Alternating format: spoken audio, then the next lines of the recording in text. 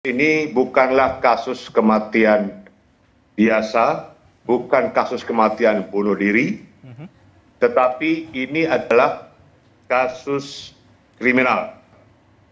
Artinya ini pembunuhan senyap yang tidak bisa disederhanakan menjadi pembunuhan bunuh diri. Mau dikatakan itu pembunuh bayaran atau apapun, tetapi mereka punya keahlian khusus untuk melakukan hal-hal semacam ini. Ini pembunuhan atau dibunuh? Gimana Okezoners? Seru kan episode interupsi kali ini? Sebelum nonton, jangan lupa like, komen, dan subscribe. Kalau udah, yuk kita lanjut nonton lagi.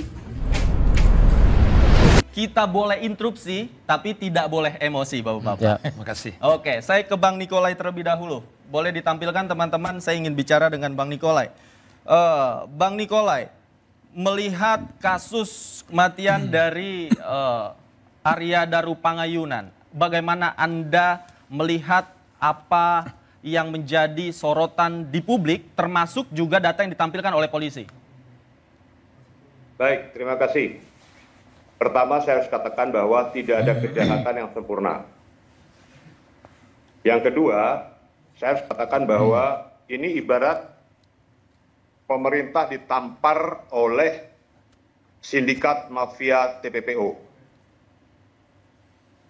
Dan perlu diketahui, saya yang pernah juga menjabat sebagai Direktur Jenderal Instrumen dan Penguatan HAM pada Kementerian HAM RI, saya melihat kasus ini bukanlah kasus kematian biasa, bukan kasus kematian bunuh diri, tetapi ini adalah kasus kriminal, kasus pembunuhan yang dilakukan hampir sempurna tapi tidak sempurna oleh orang-orang yang memiliki keahlian khusus secara profesional, mau dikatakan itu pembunuh bayaran atau apapun, tetapi mereka punya keahlian khusus untuk melakukan hal-hal semacam ini. Oke, argumentasi Anda serius, Bang Nikolai. Apa yang menjadi analisa Anda, kemudian indikasi apa saja?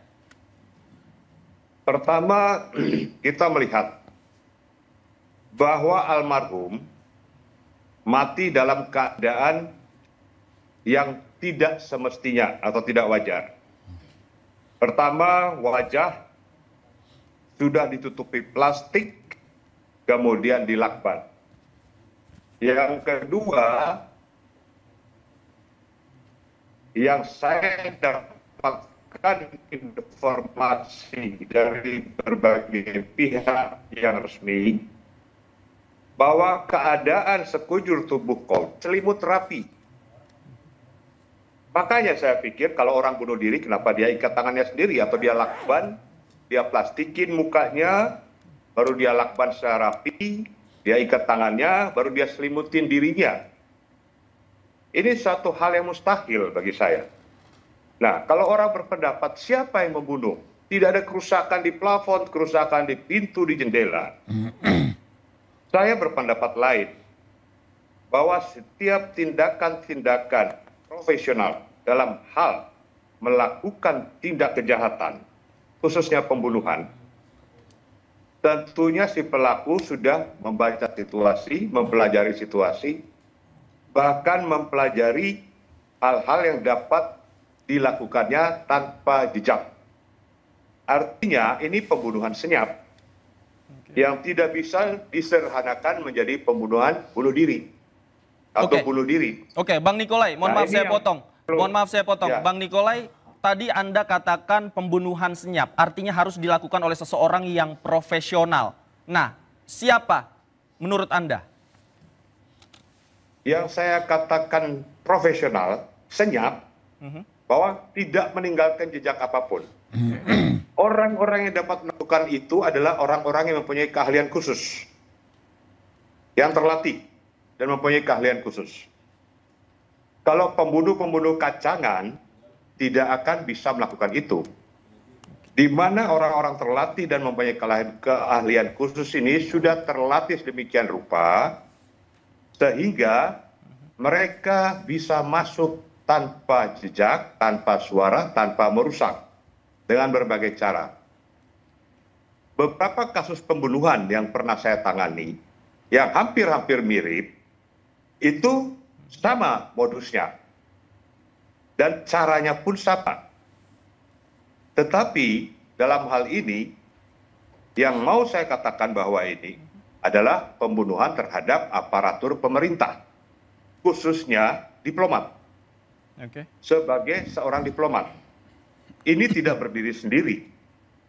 Ini ada kaitannya dengan pekerjaan-pekerjaan sebelumnya dan saat ini yang dikerjakan oleh almarhum, maupun ada hubungannya juga dengan masalah wanita. Baik, kita tahan di situ. Nah, saya ingin mengetahui pandangan dari Bang Yusuf. Pak Yusuf, Anda mengikuti kasus ini, kemudian juga Anda pasti dilaporkan mengenai fakta-fakta yang ditemukan oleh polisi. Sebenarnya seperti apa?